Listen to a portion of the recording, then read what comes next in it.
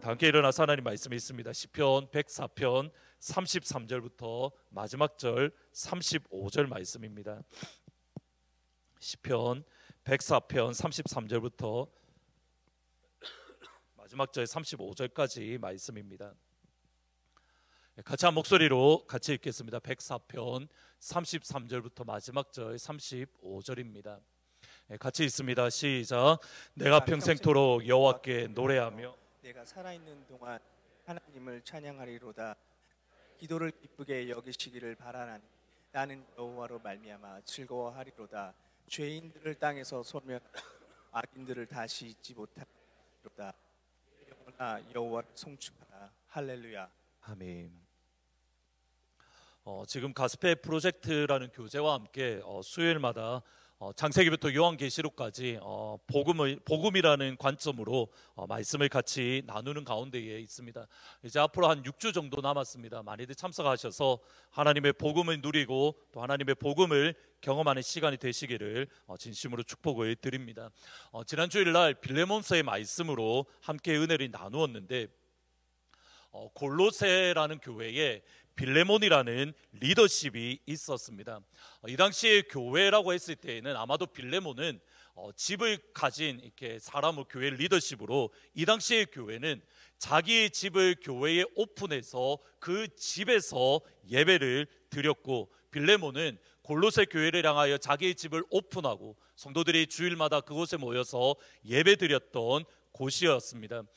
저희들이 생각하는 이러한 건물들, 그러니까 예배당이라는 건물들 또는 교육관이라는 건물이 현재로서는 가장 이게 최초의 건물이다라고 생각되어지는 것이 AD 235년에 두라 유로포스라는 지역에 있는 교회입니다. 그러니까 235년이 지난 이후에야 비로소 우리가 생각하는 이러한 교회 건물이라는 것이 있었습니다. 그러니까 그 이전에는 성도들 가운데에 예수 믿는 집이 있는 성도들, 그들이 자기의 집을 오픈해서 주일마다 모여서 예배드리고 또 같이 애찬을 나누는 그러한 가정교회의 형태였습니다.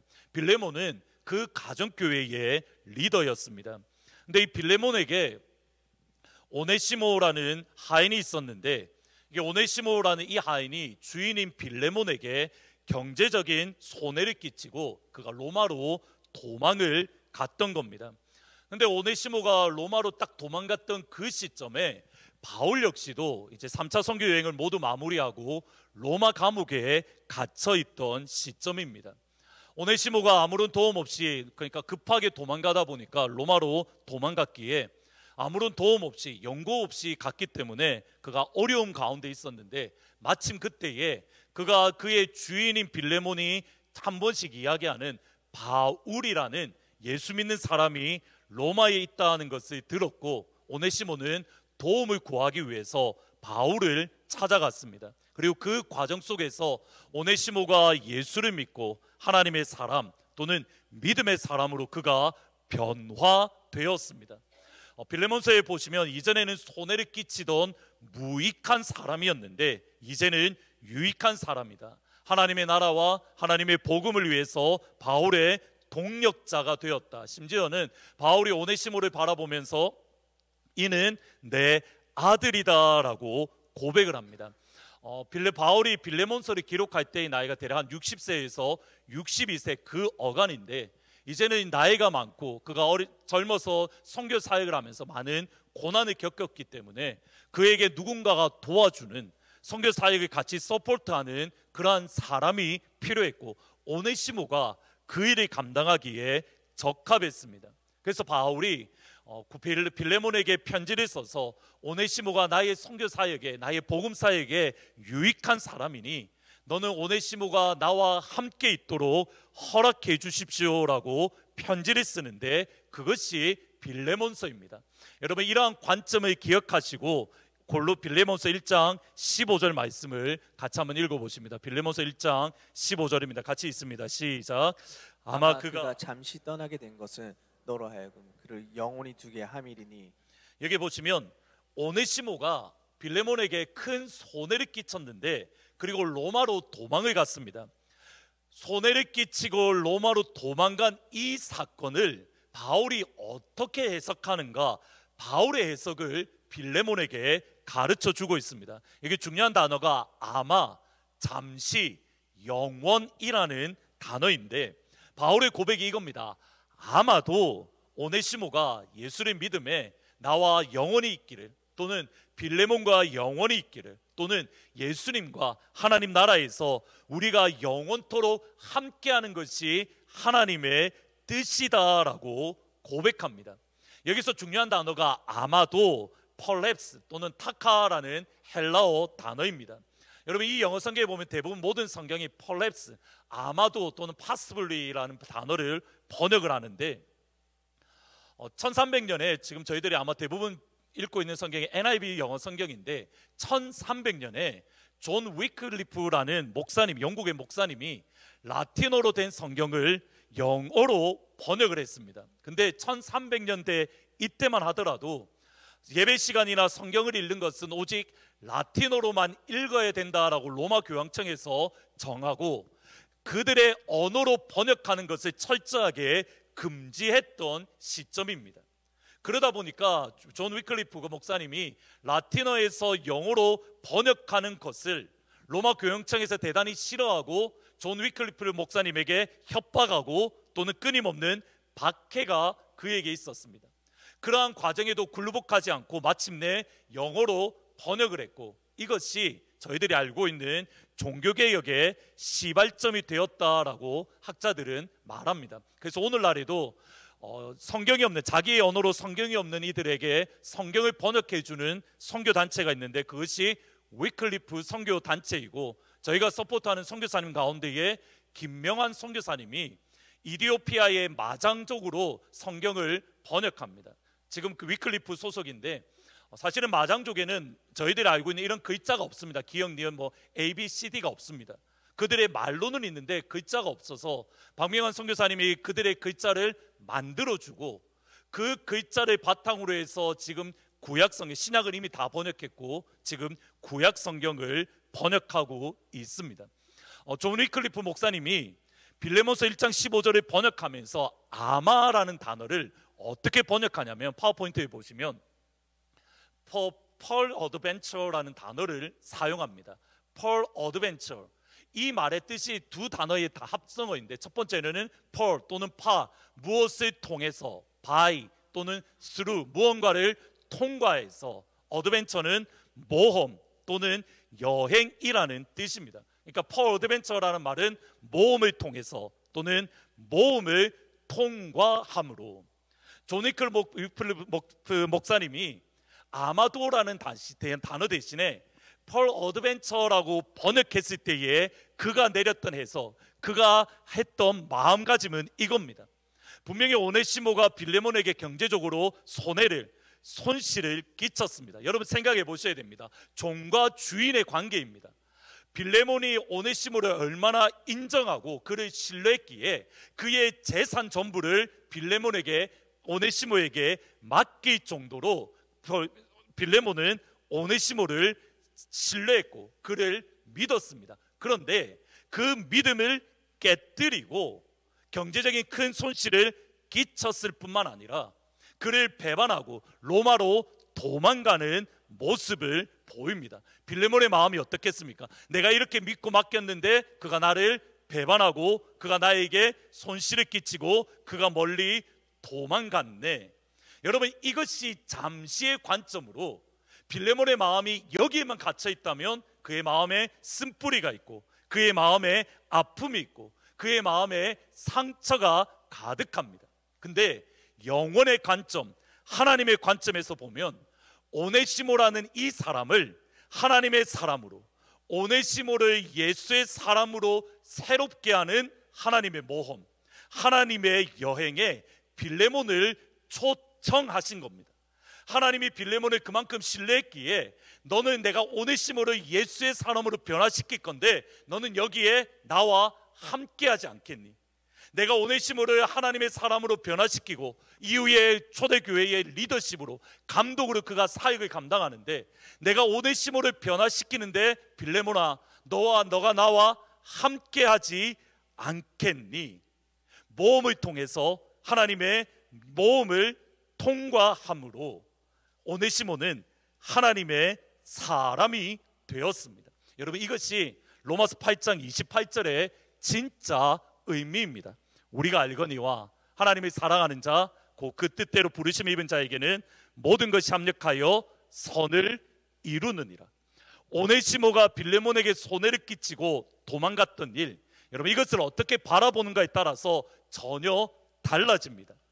이 땅의 잠깐의 시선으로 보면 믿었던 이에게 상처를 받았고 믿었던 이에게 아픔을 겪었고 그의 마음 깊은 곳에 쓴뿌리가 일어나며 분노가 가득한 일입니다. 영원의 시선으로 보면 하나님의 모험에 빌레몬을 초청해 주시고 하나님의 모험에 빌레몬을 초대해 주셨고 마침내 하나님의 뜻이 이루어졌습니다. 여기에 오늘 하나님의 말씀에 핵심이 있습니다. 하나님의 모험, 하나님의 일. 하나님의 모험, 하나님의 일. 우리가 첫 번째로 생각해야 될 것은 하나님의 일에 대한 오해가 우리에게 있습니다. 한 학교에서 초등학교 학교에서 기적을 믿지 않는 선생님이 수업 시간에 아이들에게 이야기를 하는 겁니다. 여러분, 성경에 나오는 기적은 진짜 있었던 일들이 아닙니다.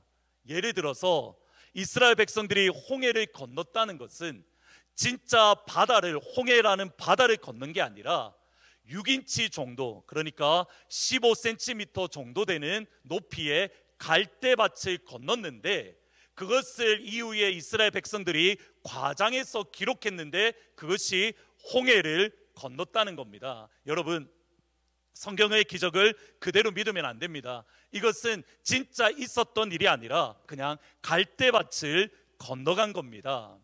선생님의 이 말을 가만히 듣던 한 학생의 어린이가 일어나서 선생님한테 이렇게 말하는 겁니다. 선생님, 그러면 진짜 하나님의 기적입니다. 그것만큼 더 큰 기적이 어디에 있습니까? 하나님을 찬양합니다. 어린아이가 갑자기 이렇게 말을 하는 겁니다. 분명히 기적이 없다라고 이야기를 하는데 학생이 갑자기 일어나서 하나님을 찬양합니다, 기적이 있습니다라고 말을 하니 선생님은 화가 난 겁니다. 내가 분명히 기적이 없다라고 말하는데 갈대밭을 건넌 건데 너는 왜 기적이라고 말하냐? 퉁명스럽게 말을 하니 어린이가 자신 있게 이렇게 말하는 겁니다. 선생님, 생각해 보세요. 깊은 바다나 깊은 강도 아니고 겨우 15cm 되는 갈대밭이 지나갔는데 애국 군대가 다 물에 빠져 죽었잖아요. 그냥 죽은 게 아니라 15cm 밖에 되지 않는 그 물에 애국 군대가 마병까지 타고 가는데 그들이 다 물에 빠져 죽었잖아요. 하나님의 기적이죠. 할렐루야, 아멘. 하나님의 기적을 우리가 믿지 못하기에 사실 우리가 성경을 읽으면서 우리의 생각, 우리의 논리, 우리의 이성으로 해석하려고 합니다. 실제로 불트만이라는 1900년대에 유명한 신약 학자가 있습니다. 이 사람은 지금 오늘날에도 영향을 주는 유명한 학자인데 이 사람이 어떻게 이해를 하냐면 예수님의 부활을 죽음에서 실제로 살아났다라고 해석하지 않습니다. 불트만이라는 학자는 어떻게 이해를 하냐면 죽은 자가 살아났다? 말도 안 돼. 그럼 이걸 어떻게 해석할까? 아마도 예수님의 제자들이 그들이 희망을 갖기 위해서 예수님이 죽음에서 살아났다라고 그들이 과장한 거야. 또는 사람들에게 희망을 전달하기 위해서 예수님은 죽었는데 그 죽었다는 것을 다시 살아났다라고 이야기하는 거야. 성경에는 신화가 있기 때문에 그 신화대로 믿으면 안 되고 그것을 우리의 생각으로, 우리의 이성으로, 우리의 과학으로 다시 해석해야 된다. 불트만이라는 학자는 이렇게 주장합니다. 여러분, 기억하셔야 됩니다. 이 땅에 그 어느 누가 오든지 상관없이, 누가 말하든 상관없이 여러분이 예수를 믿는다는 것은 성경을 처음부터 끝까지 다 그대로 믿는 겁니다. 이 성경의 창세기부터 요한계시록까지 그대로 믿는다는 것은 이것을 뜻합니다. 창세기 1장 1절, 태초에 하나님이 천지를 창조하시니라. 아멘. 그러면 하나님께서 그 말씀으로 빛이 있으라 했기에 빛이 생겼습니다. 아멘.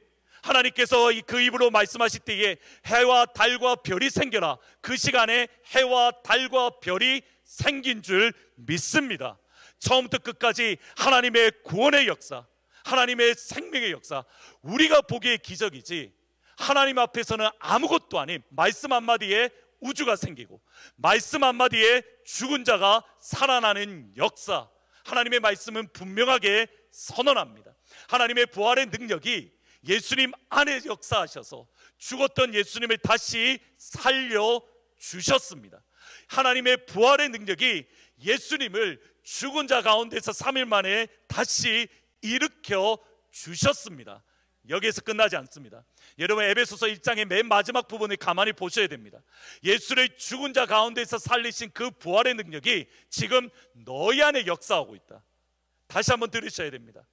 예수를 죽은 자 가운데서 죽음을 일으켜서 예수님을 하나님 우편에 앉히신 그 하나님의 부활의 능력이 저와 여러분 안에 역사하고 있는 줄 믿습니다. 아멘. 하나님의 부활의 능력은 죽은 자를 살리는 역사가 일어납니다. 하나님의 부활의 능력은 여러분의 마음 안에 있습니다. 하나님의 부활의 능력은 여러분의 영혼 안에 있습니다. 하나님의 부활의 능력은 여러분의 가정 안에 있습니다. 하나님의 부활의 능력은 우리 하트포드 제2장로교회 안에 있는 줄 믿습니다.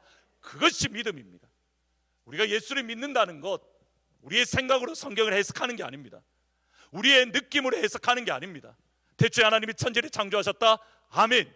하나님이 죽은 자를 살리셨다. 아멘. 말씀으로 병자를 치료하셨다. 아멘. 우리가 믿고 섬기는 하나님, 위대하신 창조의 하나님. 그러기에 성경은 우리가 어렸을 때 노래를 이렇게 부릅니다. 내 하나님은 크고 힘있고 능히 있어 못할 리 전혀 없네. 주일학교 출신입니다. 우리 하나님은 못할 리 전혀 없는 능력의 하나님입니다. 따라서 기적은 옛날에만 일어났다. 누가 그럽니까? 기적 오늘 이 시간 이 자리 이곳에도 일어날 줄 믿습니다. 하나님의 기적, 하나님의 능력. 여기에 하나님의 일에 대한 오해가 있다라는 말입니다. 여러분, 하나님의 일이라는 단어를 들었을 때에 우리 안에서 즉각적으로 떠오르는 것은 이러한 하나님의 기적입니다. 홍해를 바람으로 가르시고 이스라엘 백성들이, 여러분, 홍해와 요단강을 건넜을 때에 이스라엘 백성들이 마른 땅을 걸었습니다. 물가가 있다가 축축한 땅을 걸어간 게 아니라 하나님께서 바람을 불러일으키심에 그들이 마른 땅을 건너갔습니다. 하나님의 세밀한 역사입니다. 하나님께서 10가지 재앙으로 이스라엘 애굽 땅에 내려서 이스라엘을 건져주신 일, 죽을 병에 걸렸던 히스기야가 기도할 때에 하나님께서 그의 생명을 15년 연장시킨 일, 마른 뼈를 향하여 하나님의 말씀에 대언할 때에 에스겔이 선포할 때에 마른 뼈가 살아나서 하나님의 큰 군대가 되었던 것, 하나님의 일입니다. 여기에 오해가 있습니다. 우리는 이런 기적들이, 기적만이 하나님의 일이라고 여깁니다. 우리가 제가 성경 공부를 할 때 또는 이렇게 세례를 받거나 컨퍼메이션을 할 때에 질문을 드리는 거나 또는 요청하는 게 있습니다. 예수를 만났던 간증을 한번 이야기해 주시겠습니까? 테스트모니를 같이 나눠 주시겠습니까? 그러면 많은 경우에 제가 들었던 말 중에 어떤 말이 제가 종종 듣냐면, 목사님, 저는 간증이라고 할 만한 것이 없습니다. 저는 하나님을 만난 경험, 바울처럼 하나님을 그렇게 만난 경험이 전혀 없습니다. 나는 큰 일을 경험한 적이 없습니다. 여러분, 왜 이렇게 고백을 합니까? 우리가 하나님의 일, 우리가 간증이라고 했을 때에 그것을 엄청난 기적, 병자가 치료되고 죽은 자가 살아나는 것이라는 생각을 가지기 때문에. 얼마 전 김윤상 선교사님을 모시고 복음에 대한 말씀을 들었습니다. 우리가 간증이라는 단어를 들으면 즉각적으로 떠오르는 것이 멕시코에서 교통사고가 크게 났는데 하나님께서 기적적으로 살려주셨습니다. 모든 사람들이 다 죽을 거라고 생각했는데 그를 하나님께서 살려주셨고, 의식을 잃은 동안 하나님께서 지옥을 보이시고 하나님께서 천국을 보이셨습니다. 우리가 생각하는 간증은 이겁니다. 분명히 하나님의 일입니다. 그런데 오늘 본문의 말씀에 보면 하나님의 일은 이것을 훨씬 뛰어넘습니다. 24절 말씀 먼저 같이 읽어봅니다. 오늘 본문 24절입니다. 시작. 여호와여, 주께서 하신 일이 어찌 그리 많은지요. 주께서 그들을 다 지으셨으니 주께서 지으신 것들이 땅에 가득합니다. 시편 기자가 뭐라고 이야기하냐면 여호와여 주께서 하신 일이 어찌 그리 많은지요. How many are your works, O Lord? 하나님 당신의 일이 너무 많습니다. 여기 많다라는 것은 하나님께서 행하시는 수없이 많은 종류의 일이 있다는 뜻이고, 하나님께서 행하시는 많은 일들 가운데에 그것 때문에 감격하고 그것 때문에 찬양합니다라고 24절에 고백을 합니다. 여러분 104편의 기자 아마도 다윗 103편과 연결되어서 104편도 다윗이 썼다라고 고백을 하는데, 103편 1절에 보면 이렇게 말합니다. 내 영혼아 여호와를 송축하라. 내 속에 있는 것들아 여호와의 이름을 찬양하라. 지금 시편 기자는 하나님이 하시는 수없이 많은 일들을 바라보면서 24절에 이렇게 고백합니다. 하나님, 하나님의 일이 어찌 그리 많습니까? 하나님, 내가 감격할 수밖에 없습니다. 하나님, 내가 노래할 수밖에 없습니다. 하나님의 일을 바라보니 내 안에서 감격이, 감사가 터져 나옵니다. 그것이 24절의 말입니다. 그 말은 23절까지는 하나님의 일에 대한 기록이 나옵니다. 그리고 그 첫 번째로 하나님의 일의 첫 번째, 다윗이 그의 심령 깊은 곳에서 감사가 터져 나오고 감격이 터져 나오고 노래가 터져 나오고 찬양이 터져 나왔던 첫 번째 하나님의 일은 아침 해와 저녁 노을입니다. 시편 104편 19절 말씀 같이 한번 읽어봅니다. 시편 104편 19절입니다. 시작. 여호와께서 달로 절기를 정하시며 해는 그 지는 때를 알도다. 하나님께서 해와 달과 별을 통해서 절기, 계절을 정하셨습니다. 여러분 시편 기자 다윗이 가슴이 뜨거워지는 이유는 무엇입니까? 아침 해가 뜨는 것을 바라보며 하나님의 일입니다. 저녁에 노을 지는 것을 바라보며 하나님의 일입니다. 4절에 바람 부는 것이 하나님의 일이라고 합니다. 14절에 채소가 자라고 추수하는 것 하나님의 일입니다. 16절에 나무가 자라고 그 나무에 새들이 깃드는 것 하나님의 일입니다. 20절에 낮에는 동물들이 밖으로 나가고 밤에는 자기 집으로 돌아와서 쉬는 것 하나님의 일입니다. 그리고 24절 바로 직전에 있는 23절에서는 이렇게 고백합니다. 같이 한번 읽습니다. 23절입니다. 시작. 사람은 나와서 일하며 저녁까지 수고하는도다. 다윗이 감격하는 게 이겁니다. 사람은 나와서 일을 하고 저녁에 수고하는도다. 그리고 24절에 이렇게 말합니다. 하나님이 하는 일이 어찌 그리 많은지요. 무슨 뜻입니까?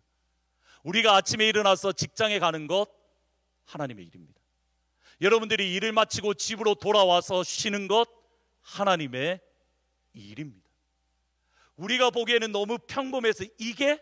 라고 말하는 그것이 다름 아닌 하나님의 일.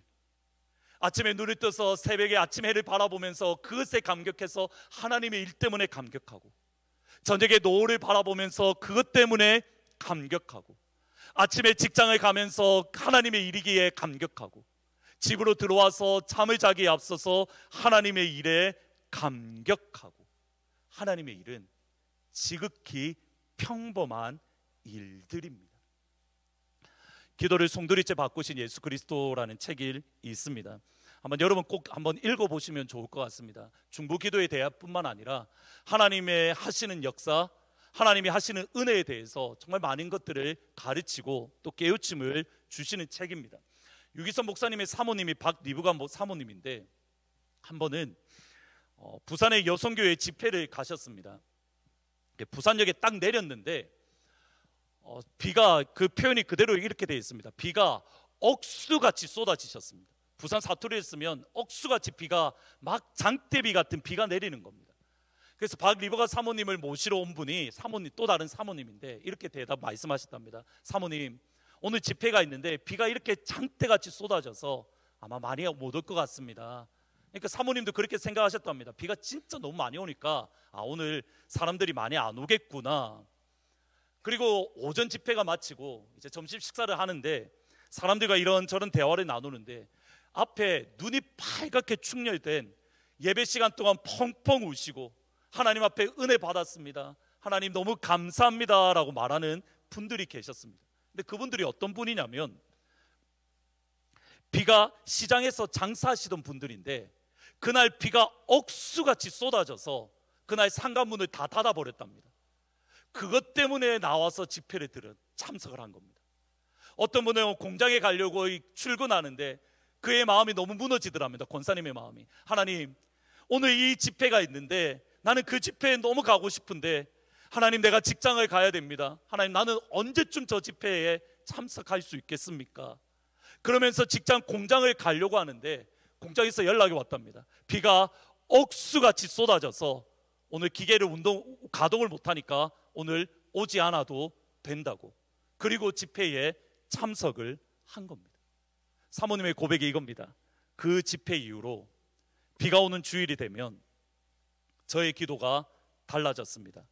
비가 오는데 교우들이 교회에 오기에 어려움이 있으니까 하나님, 그 어려움을 없애주세요라고 기도하던 기도가 바뀌어서 비가 오기 때문에 오늘 교회에 올 수 있는 성도들이 있습니다. 그들이 예배를 통해서, 말씀을 통해서 예수님을 만나고 하나님의 힘을 얻고 하나님의 위로를 받게 해 주십시오. 우리가 보기에 너무 평범한 그 비가 하나님의 일입니다. 우리가 보기에 너무 평범한 그 태양이 하나님의 일입니다. 작년이었습니다. 우리 교회에도 딱 비슷한 일이 있었습니다. 선교 바자를 하는데 그날 진짜 비가 억수같이 쏟아지셨습니다가 아니라 쏟아졌습니다. 비가 진짜 장대비가 내렸습니다. 그래서 그거를 가만 보면서 오늘 선교 바자 하는데 그 전날 할머니 권사님들까지 오셔서 막 김밥 만들고 하셨거든요. 비가 너무 쏟아지니까 오늘 성도들 많이 안 올 건데 할 수 없다. 김밥 내가 다 먹어야 되겠구나. 사실 그러한 마음을 먹고 있었습니다. 또 어떤 분도 그렇게 말을 하는 겁니다. 목사님, 오늘 하필 선교 바자 하는데 비가 이렇게 많이 오는데 어떻게 할까요? 그냥 뭐 하나님 뜻이 있겠죠 하고 예배를 다 드렸습니다. 예배를 다 드리고 나서 이제 선교 바자가 끝난 다음에 그 선교 바자를 담당했던 분이 저한테 와서 하는 말이 이겁니다. 목사님, 오늘 선교 바자 너무 성공했습니다. 예전보다 더 많이 했던 것 같습니다. 왜요? 라고 여쭤보니까 대답이 이겁니다. 목사님, 비가 억수같이 쏟아져서 성도들이 골프 치러 가지도 못하고 성도들이 딴 데 놀러 가지 못하고 교회에 딱 박혀서 김밥 많이 먹고 갔습니다. 비가 오는 것 하나님의 일입니다. 아침 해가 뜨는 것 하나님의 일입니다. 저녁에 노을 지는 것 하나님의 일입니다. 저는 이 시즌에 딱 알러지 시즌입니다. 특별히 어저께 마더스데이 지나고 딱 알러지 시즌인데 어저께 너무 심했습니다. 밤에 기침 막 나고 어저께 좀 너무 심했는데, 근데 이 알러지, 저는 이렇게 폴른 알러지인 것 같은데, 여러분 이 폴른 알러지 누가 보내신 겁니까? 하나님이 보내신 겁니다. 저는 그렇게 믿습니다. 무슨 말인지 아시겠습니까? 누군가는 저렇게 아름답게 피는 꽃을 바라보면서 누군가는 그 가운데 힘을 얻고 위로를 받는다면 하나님의 일입니다. 누군가는 마음이 무너져서 긴 겨울 동안 지내면서 마음이 힘들었는데 햇빛이 이렇게 나면서 여기 가운데 아름다운 꽃이 피고 나무가 파라지고 그것을 바라보면서 누군가가 위로를 얻기에 그것은 하나님의 일입니다. 겨울철에 눈이 많이 옵니다. 어떤 분이 했던 말이 그 말입니다. 목사님, 커네티켓은 겨울이 길기 때문에 우리가 견딜 수 있는 것 가을에 낙엽을 바라보며 단풍을 바라보며 견딥니다. 여러분, 아름다운 단풍도 하나님의 일입니다. 겨울에 눈이 많이 오는 것도 하나님의 일입니다. 꽃이 아름답게 피는 것도 하나님의 일입니다. 여름철에 날씨가 더운 것도 하나님의 일입니다. 그 하나님의 일, 우리는 그것을 바라보고 있는데 그것을 바라보면서 우리가 감격할 수 있는 이유가 시편 104편 30절 31절에 나옵니다. 같이 한번 읽어보십니다. 시작. 주의 영을 보내어 그들을 창조하사 지면을 새롭게 하시나이다. 여호와의 영광이 영원히 계속할지며 여호와는 자신께서 행하신 일들로 말미암아 즐거워하시리로다. 잘 보셔야 됩니다. 하나님께서 주의 영을 보내셨기 때문에 they are created. 그들이 창조되었습니다. 하나님께서 주의 영을 보내셨기 때문에 하나님께서 그 땅이 지면이 새로워졌습니다. 여러분, 이것은 창세기 1장의 천지 창조를 이야기하는 게 아닙니다. 계절이 바뀔 때마다 누가 하시는 일입니까? 하나님이 하나님의 영을 보내어서 계절을 바꾸어 주시는 겁니다. 태양이 뜨는 것, 사람들이 보기에는 자전과 공전에 의해서 일어나는 겁니다. 하나님의 백성들은 뭐라고 고백합니까? 하나님께서 하나님의 성령을 보내어서 아침해가 뜨게 만드시는 겁니다.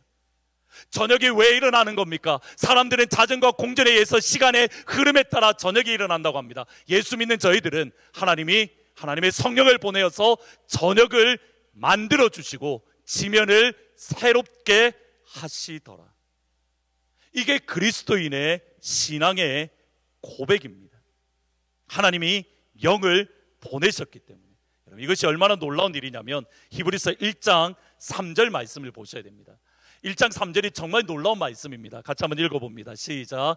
이는 하나님의 영광의 광채시요 그 본체의 형상이시라. 그의 능력의 말씀으로 만물을 붙드시며 죄를 정결하게 하는 일을 하시고 높은 곳에 계신 지극히 크신 이의 우편에 앉으셨느냐. 그의 능력의 말씀, 예수의 말씀, 하나님의 말씀으로 첫 번째 무엇을 하고 있습니까? Sustaining all things. 하나님께서 모든 것을 지탱하고 계십니다. Sustain 또는 uphold라는 단어를 씁니다. 여러분, 우주 만물이 여전히 돌아가고 있는 것 무엇 때문입니까? 하나님께서 여전히 붙들고 계시기 때문에. 하나님께서 그 손을 놓는 순간에 우주는 무너집니다. 하나님께서 그 손을 붙들고 있는 것을 손을 놓는 순간에 지구는 파괴됩니다. 여러분, 오늘 아침에 이 자리에 모일 수 있는 이유는 무엇이냐면 하나님이 여전히 지구를 붙들고 계시기 때문에, 하나님이 여전히 태양을 붙들고 계시기 때문에, 시간이 되어서 아침해가 뜨는 것이 아니라 하나님께서 아침해를 붙들고 있기에 아침해가 뜨는 것이고, 저녁 노을을 붙들고 있기 때문에 저녁이 우리에게 일어나는 것이고. 여러분, 이게 왜 놀라운 일이냐면 그 다음 구절 때문입니다. 죄를 정결하게 하는 일을 하시고. 하나님께서 아침해를 뜨게 하는 것과 예수의 보혈로 죄를 정결하게 하는 일을 똑같이 두고 있습니다. 여러분이 죄를 정결해서 예수의 십자가의 사랑으로 감격하는 것만큼 아침해를 바라보면서 감격할 수 있습니까? 예수님의 십자가의 보혈로 내가 영원히 구원받았습니다. 하나님의 십자가의 사랑이 내 영혼이 새롭게 합니다. 여러분, 그 감격만큼 저녁 노을을 바라보면서 감격하고 계십니까? 하나님의 말씀은 그것을 뜻합니다. 우리가 예수로 구원을 받았다면, 예수의 십자가의 보혈을 의지한다면, 우리가 보기에 너무 평범한 이런 일들, 아침해와 저녁 노을, 낙엽과 눈과 비를 통해서 하나님의 일에 감격할 수 있는 겁니다. 따라서 하나님의 모험에 초청해 주신 하나님을 찬양합니다. 33절부터 35절 말씀 한번 같이 읽어봅니다. 33절입니다. 시작. 내가 평생토록 여호와께 노래하며 내가 살아있는 동안 내 하나님을 찬양하리로다. 나의 기도를 기쁘게 여기시기를 바라나니 나는 여호와로 말미암아 즐거워하리로다. 여러분, 여기에서 딱 멈춰 보셔야 됩니다. 여기서 시편이 끝나도 될 것 같습니다. 하나님께서 하신 일을 바라보니까 하나님, 내가 평생토록 노래하겠습니다. 하나님이 하신 자연의 만물을 바라보니까 하나님, 내 기도가 하나님께서 기쁘게 받으시기를 원합니다. 나는 하나님으로 인해서 즐거워할 겁니다. 여러분, 34절에 끝나도 아무 문제 없는 것 같습니다. 그런데 35절 말씀이 의외입니다. 35절 말씀 같이 읽습니다. 시작.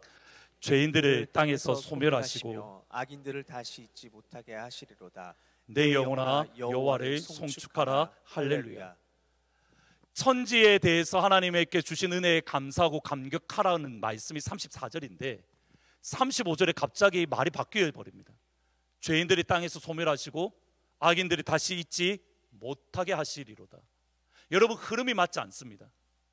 천지 만물을 바라보면서 바람과 비와 아침해를 바라보면서 감격했는데 갑자기 마지막 35절에 하나님, 죄인들을 멸하시고 하나님, 악인들을 멸하시어 주십시오. 내 영혼이 여호와를 송축합니다. 할렐루야. 여러분, 흐름이 전혀 맞지 않습니다. 그래서 사실 이 구절을 어떻게 이해해야 되고 해석해야 될까 많은 고민에 있었습니다. 그러다가 지난주 하늘문 시간에 나누었던 말씀을 보면서 이거구나라는 것을 깨달았습니다. 사도행전 8장 4절 말씀입니다. 같이 한번 읽어보십니다. 시작. 그 흩어진 사람들이 두루 다니며 복음의 말씀을 전할세. 여러분, 이 구절을 읽으면 읽을수록 은혜의 말씀입니다. 여러분, 이 구절을 보면 수동태가 있습니다. 능동태가 있습니다. 수동태는 무엇인가요? 그 흩어진 사람들, those who have been shattered, 그들이 흩어짐을 당한 사람들. 여러분, 이것은 내가 당한 일입니다. 예루살렘을 떠났던 사람들이 원해서 떠난 게 아닙니다. 어쩔 수 없이 나의 뜻과 나의 의지와 상관없이 그들은 떠나야만 했습니다. 스데반 집사의 순교로 인해서 예루살렘에 큰 박해가 있었습니다. 그 박해를 견디지 못해서 그들은 예루살렘을 떠나야만 했습니다. 근데 보셔야 됩니다. 그들이 예루살렘에 머물러 있으면 누구와 예배를 드립니까? 베드로와 요한과 안드레와 예수님의 제자들과 함께 예배 드립니다. 성령의 세례를 받았던 예수님의 제자들. 여러분, 제가 설교하는 게 은혜스럽겠습니까? 베드로가 설교하는 게 은혜스럽겠습니까?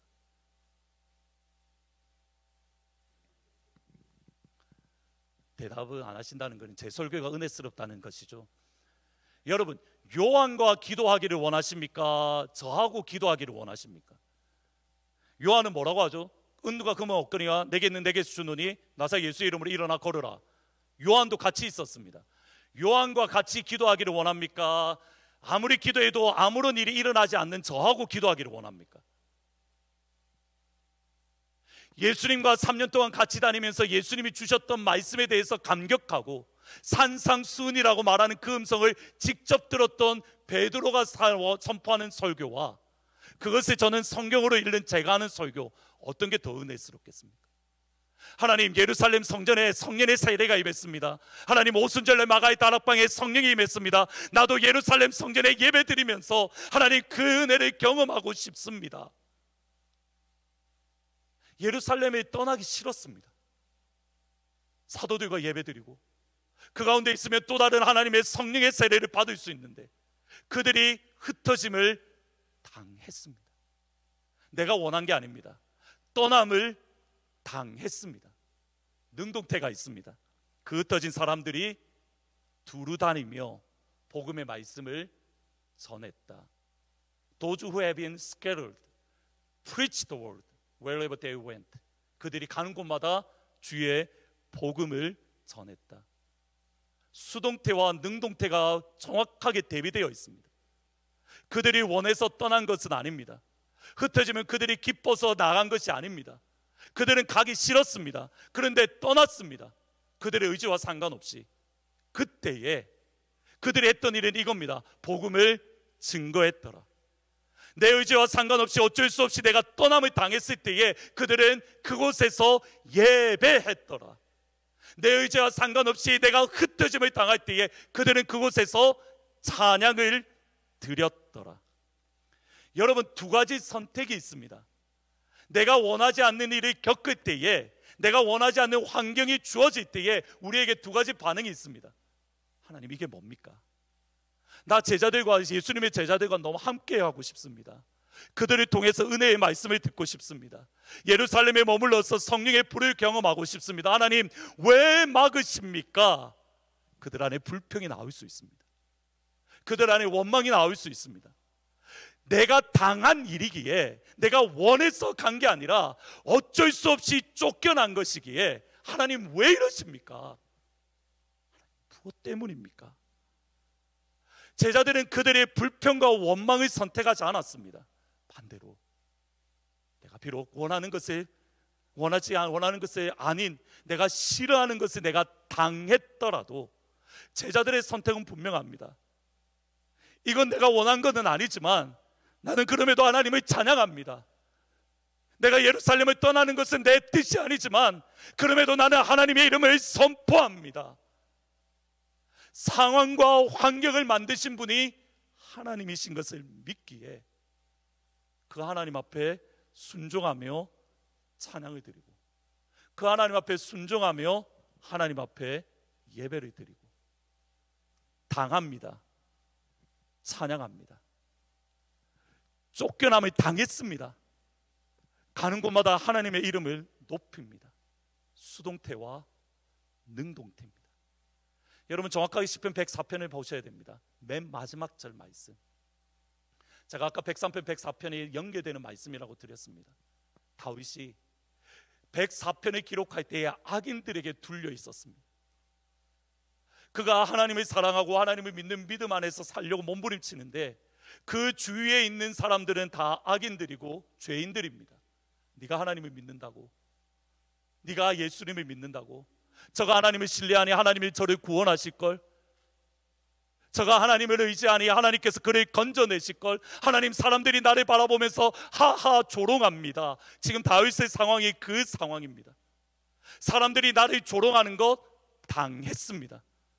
다윗의 선택은 무엇입니까? It doesn't matter. 나는 하나님을 찬양합니다. 내 속에 있는 것들아 하나님을 높일지어다. 내 영혼아 아버지의 이름을 선포할지어다. 당한 것은 수동태이고 감당한 것은 능동태이고, 하나님께서 나에게 그런 환경을 만들어 주심을 믿기에 그 가운데에 불평을 선택하는 것이 아니라 예배를 선택하고 찬양을 선택하고 감사를 선택하고, 그러게 맨 마지막 절에 이렇게 고백합니다. 내 영혼아 여호와를 송축하라. 할렐루야.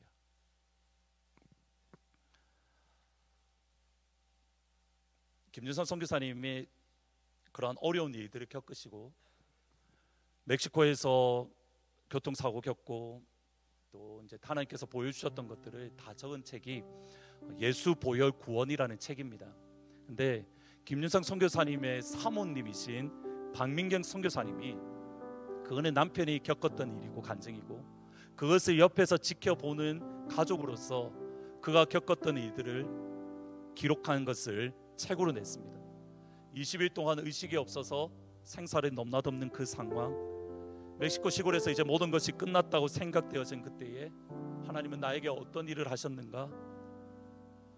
큰 수술을 겪었기 때문에 다시 회복 의식을 찾기는 했는데 때로는 컨디션이 좋아지는 것 같아서 이제 다 나았구나라고 생각해서 기뻐하면 그 다음날 또다시 죽음의 문턱까지 뚝 떨어지는, 오늘은 하나님께서 구원해 주셨습니다라고 찬양하는데 다음 날은 뚝 떨어져서 하나님 어쩌시려고 또 이러십니까?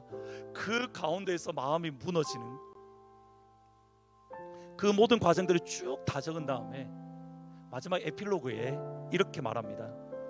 하지만 모든 것을 당연하게 여기며 살아온 당신의 그 당연한 것이 얼마나 귀한 것인지 이야기해 준다면, 그래서 그 인생이 감사로 가득 차게 된다면 얼마나 귀한 일인가. 또한 나처럼 사랑하는 사람의 아픔으로 시래에 빠진 당신에게 위로가 된다면 그것으로 충분하지 않은가. 나는 그러한 마음으로 이 글을 썼습니다. 당연한 것은 아무것도 없습니다. 오늘 내가 누리는 이 모든 것은 하나님의 은혜로 주어진 겁니다. 우리를 불러서 주님의 은혜를 깨닫게 하신 하나님께 감사와 영광을 고개 숙여 올려드립니다. 그 책 제목이 이겁니다. 한 장 더 넘겨주시면, 당연한 것은 아무것도 없다. 근데 이것보다 그 위에 있는 조그만한 글자가 사실은 가슴에 띄었습니다. 소소한 오늘은 내게 허락한 소중한 선물이다. 평범한 오늘은 하나님이 나에게 주신 소중한 선물이다.